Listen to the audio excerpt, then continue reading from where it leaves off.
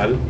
Actuellement, nous sommes au niveau de ce bâtiment qui sera chargé, ou bien disons qui est chargé d'abriter le centre de veille et d'alerte météorologique. À l'intérieur du bâtiment, le bâtiment a été d'abord équipé par des meubles, ensuite le matériel informatique et un atelier pour la maintenance des stations qui sont réparties sur tout le territoire national. Parlant de maintenance aussi, nous avons bénéficié de pièces de rechange qui ont permis quand même, surtout de nous aider pendant la Covid là, à faire face quand même aux défis financiers. Vous savez que la maintenance coûte très cher, donc on a eu des pièces de rechange à hauteur de 400 millions, chose qu'on pourra pas voir parce que c'est déjà réparti.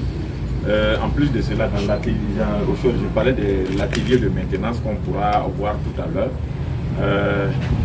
En plus de l'atelier de maintenance, il y a un champ solaire qui est en cours de réalisation.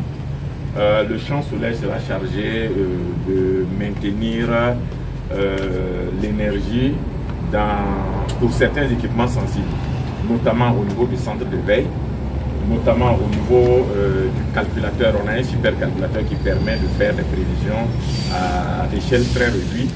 Donc il faut le maintenir,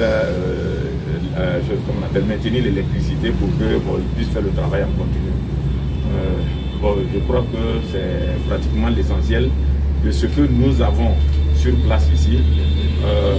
Maintenant, au niveau de la ville de Ouagadougou, l'hydromètre nous a permis d'installer 10 stations pratiquement, et au niveau de ces 10 stations vont permettre quand même de suivre la pluviométrie au niveau de Ouagadougou, parce que vous n'êtes pas sans savoir qu'avec les changements climatiques, les inondations sont un peu récurrentes.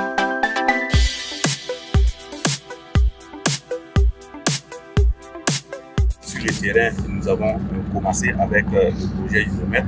On a eu beaucoup d'acquisitions qui sont en cours et qui seront installées dans les zones pratiquement à risque d'inondation. Et donc ce sont ces équipements-là qui vont transmettre l'information au niveau donc, de ce centre de veille.